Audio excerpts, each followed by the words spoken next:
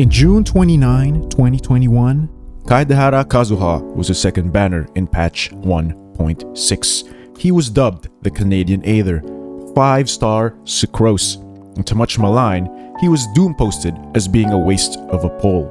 Let's fast forward 1 year later as he gets his first rerun, and we find ourselves in the exact opposite of situations. Kazuha is the best unit in the game. Kazuha is a must pull. Kazuha is the most fun unit in the game, and slowly, Kazuha became the new Venti. How hindsight and a distorted perception of reality shifts things in the entirely opposite direction. Such is the trifles we have to live with in the ever-changing landscape of Genshin Impact. And today, we'll understand exactly why Kazuha's perception in the community has changed so drastically. This is a brief history of how Kazuha became overrated. Good morning, good afternoon, good evening, YouTube. It's your Slime King, Dejima Man, and welcome to another video. Kazuha's first banner had Rosaria, Razor, and Bennett, and we all knew what that meant. Whenever Bennett was on banner up to a certain point, people had believed that the 5-star character accompanying him would be subpar. Albedo's banner had Bennett, and the meme was just too good to not use. This already set off some alarms in some people's heads to skip his banner. To some, he also looked like a Canadian version of Aether, which turned them off somehow. Dreams were being dreamt of his skills, burst, and scalings way ahead of his release, and the first reaction was, it looked cool, but nothing really spectacular. EM was misunderstood, and thus a garbage stat. Inazuma was coming, Ayaka was coming, Raiden was coming, and thus the first days of Kazuha's banner were off to a very rocky start. And probably the most common reason that people had to skip, Kazuha was in direct competition with Sucrose. Since Sucrose was a 4-star unit that could do the same things that Kazuha did, but slightly worse in some situations and slightly better in others, this made Kazuha's value proposition as a pull worse in the eyes of most people. And suddenly, now we had a Shang Ling versus D-Luke situation all over again. Oh no. The first few days of Kazuha testing from well-renowned theory crafters were that he was okay. Kazuha is a very flexible support unit who can supplement your roster well. He's a strong unit that fulfills multiple roles and gives players a lot of room to improve their damage output. Now let's talk about some cons. Kazuha is, unfortunately, an Animo unit that has utility and buffing capabilities, which pits him against Sucrose, who is a 4-star unit, and Venti, who has stronger grouping. While he is still a strong unit, due to the existence of Sucrose and Venti, he isn't always the best support to bring. Kazuha is definitely not a must roll, and that's why I did not put him at a 5 out of 5. A must roll indicates a character that is so broken that completely breaks up the game. For example, Venti. Kazuha is definitely a really good pull for most people. For one, he's really strong just by himself. He can dish out similar damage to Venti by himself.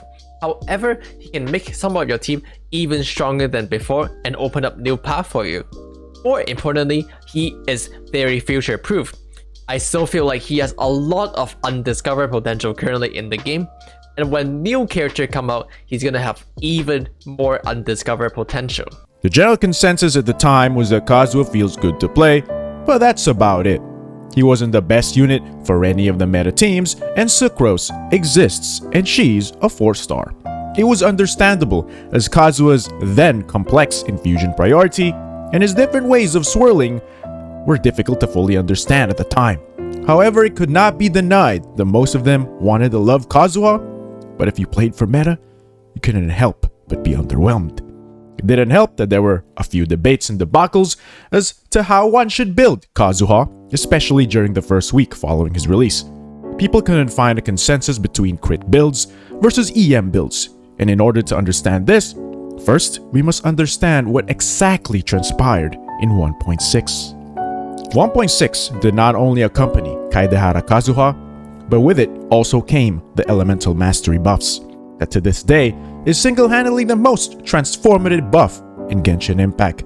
This was hailed as the savior of Electro. However, Electro doesn't need saving, and this was actually an Anemo buff.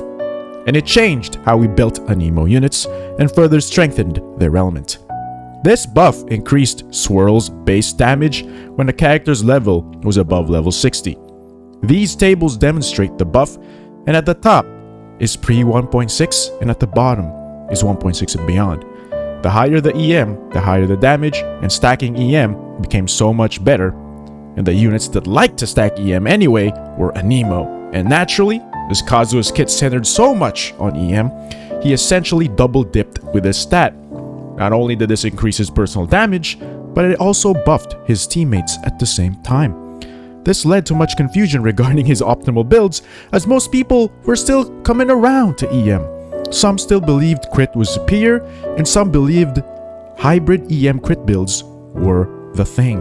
However, what triggered some people was the phrasing in KQM's guide on Kazuha. It states, quote, "The argument that Kazuha should run attack Anemo crit rate to increase his personal damage does not hold water. If you care about Kazuha's personal damage, you should run EM, and create a team where Kazuha can consistently trigger chain reactions." End quote. This statement is by all means true. However, there were two things that people struggled with at the time. Number one, people did not farm EM main stats, and we all know how hard it is to farm a 4VV triple EM set. And number two, KQM's guide had an overall dismissive tone to it with regards to other viable builds. And as such, this sparked a debate on whether or not crit builds were actually worth it or not between certain Discord servers. The argument for crit rate was that it was better for single target, and most people had crit artifacts lying around anyway. It could not be denied, however, that triple EM is objectively still the best option.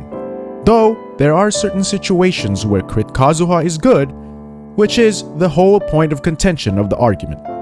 It also didn't help that there were no standardization of calculations at the time, and as such, the assumptions of each calc could vary wildly, and this led to some heated discussions. Kazuha's guide writer in KQM, Azel, has since omitted the lines that tells players what they should do and left the guide a little more objective, which is a good thing. And both sides had just left it as an agree to disagree kind of thing. As his banner reached its end, his sales were still pretty abysmal. However, people were starting to catch on. Between now until his next rerun, the consensus was slowly changing. There were two techniques discovered to work well in two teams that aided in Kazuha's meteoric rise. The first technique discovered was Kazuha's infusion priority, specifically under Bennett's burst. Infusion priority is a relatively basic concept, as highlighted by this chart, and once you understand it, team comps can be constructed based on it. The tech abused in this scenario is with Kazuha infusing his burst always with Pyro. Since Bennett's burst applies Pyro to yourself, and Pyro is the highest infusion priority, you'll always be infusing Kazuha's burst with Pyro. This is abused specifically for Melt Ganyu teams. Yes, Ganyu was still a thing back then. You start off with Ganyu's E and wait for it to explode to apply Cryo on the enemy, and while you're waiting for it to explode, you run away from the enemy to Bennett burst so you do not apply Pyro to the said enemy. Then that is where Kazuha does his magic. Kazuha Slash will hit the enemy, swirling Cryo and then infusing his burst with Pyro, and thus the best Melt Ganyu team was born. The second technique discovered was that you can double swirl with Kazuha, or at least swirl two different elements in quick succession, allowing you to supersede Sucrose's buff. It turns out Kazuha with Child, Shangling, and Bennett is actually the best team in the game. This is thanks in part to Child's 2-unit application of Hydro as he enters his E.